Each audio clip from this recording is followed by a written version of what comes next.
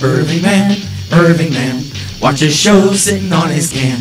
Tells a story, tells a joke, monetizes cause he's broke. Look out, here comes the Irvingman. Those who are familiar with how my mind works won't be surprised to learn that I seriously thought about spelling the title of the episode like this, or possibly like this, but I was afraid it would confuse me. Fifth Avenue, the Phantom's happy hunting ground, and Bennett's is fancy enough to be on his list. Old JJJ's toy drive wouldn't interest him, but that display would. The Phantom is stealing mannequins? Oh, he means the fur coat on the chair. He finds a convenient open window on an upper floor and makes his way in. Well, if it isn't Spiderman, the Phantom. How clever of you to recognize me. And clever enough to catch you. Oh, fire! He's not interested in Spider-Man. He has other things on his plate. Well done, Marie, my charmer. While I finish my rounds, you know what to do here. Yes, master. Yes, master. Really? Mink coat.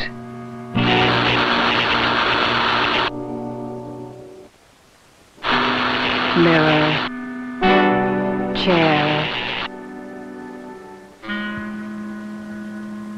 Then again, if you're a criminal, having control of someone who can do that is a major plus. Everything is gone. The jewels, the mink coat, and there's the Fifth Avenue Phantom, Spider-Man. Sure, and I gave the loot to Count Dracula. Aha! He admits he had an accomplice. This guy reads the Daily Bugle way too much. The cops say, "We have to take you in for questioning, Spider-Man." Yeah, sure they will. Raise your hands. Glad to oblige.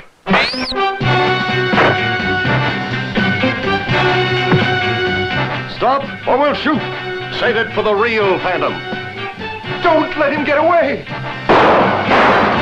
Remember the good old days when cops could just shoot anybody they wanted, send bullets whizzing all over the place with reckless abandon, and not go viral on the internet? Peter has a bit of a problem. The signal from his bug is so weak he almost can't hear it at all. It'll be a long time before he learns that that's because it's now the size of an actual bug.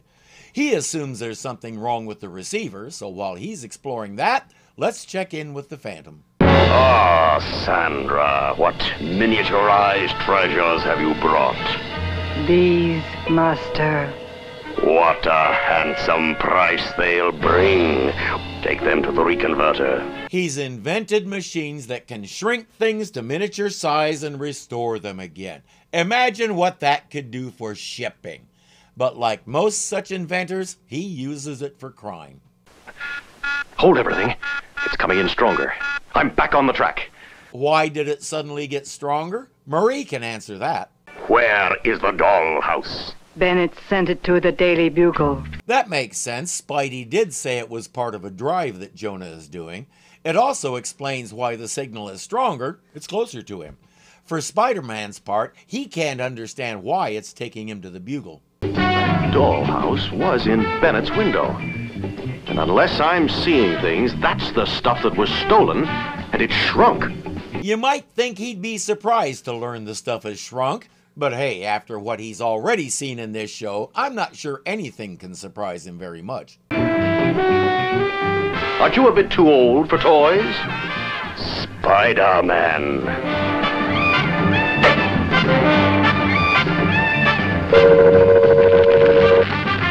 A laser gun.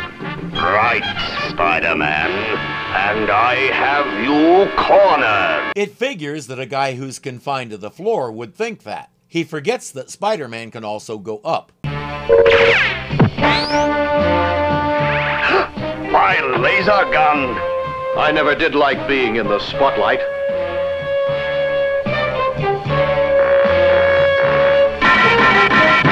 This guy wants to be rich, but he's going about it in the dumbest way possible.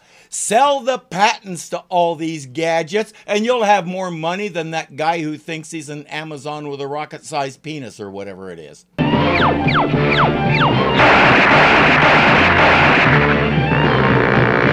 a chair, Spider-Man. It's nice of Spider-Man to stand there and let it hit him. Makes the Phantom think he has a chance. False sense of security and all that.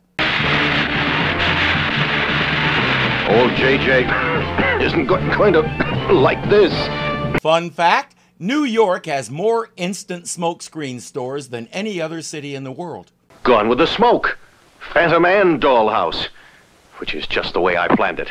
I've got to find out what he's up to. Ready or not, foolish Phantom, here I come. See, I told you he took that hit on purpose. Don't worry, when Aunt May sees the bruise, he'll just tell her he was studying so hard while he was sitting like this, he managed to hurt himself. That web fool is too persistent. But Sandra will take care of him. I think he spotted me. Better give him a running start. Won't matter, Sandra is on the job.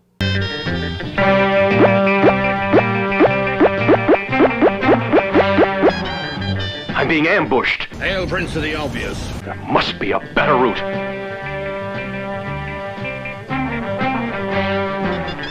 As Batman said at the beginning of Arkham Asylum, they never look up. That takes care of Sandra, but the Phantom also has Diane. What's her deal?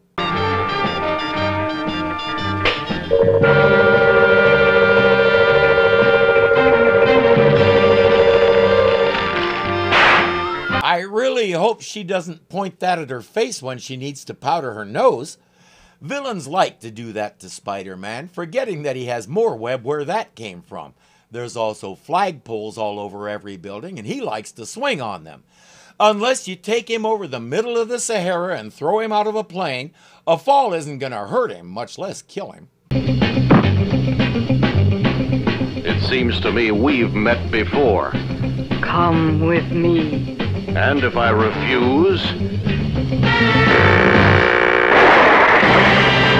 Since you put it that way, none of them realize she's taking him right where he wants to go. And this is only the beginning. From the resale of my collection, I shall build an army of robots and take over the world. Same thing we do every night, Pinky. Try to take over the world. The women are robots. They more or less had to be the way they acted and some of the things they could do. And I stand corrected. He's not trying to get rich. He's trying to be important. It always amazes me that guys like him can only ever think of one way to do that.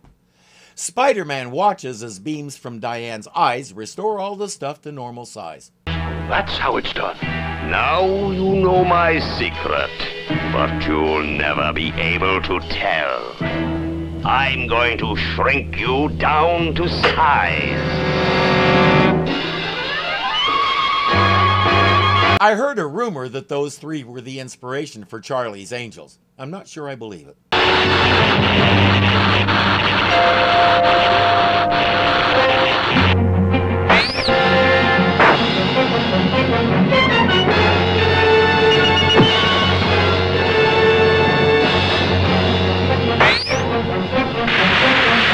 Even after he's watched Spider-Man go up to avoid his traps multiple times, the Phantom still didn't take into account that he can only go left, right, forward, and back. Spider-Man can also go up and down.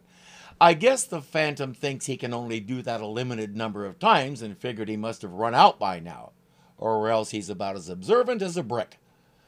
With the robot controls switched off, the Phantom is about as threatening as a newborn puppy, but much less cuddly. This display brought to you by your friendly neighborhood Spider-Man. Looks like Spidey's done it again. Despite Jonah's rants, the police know Spider-Man is on their side. For that reason, I have a message for them. Remember 10 minutes ago when you were shooting at him? Think about that.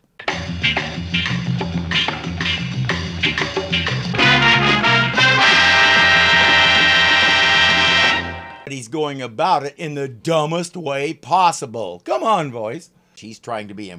okay, come on. Inflection.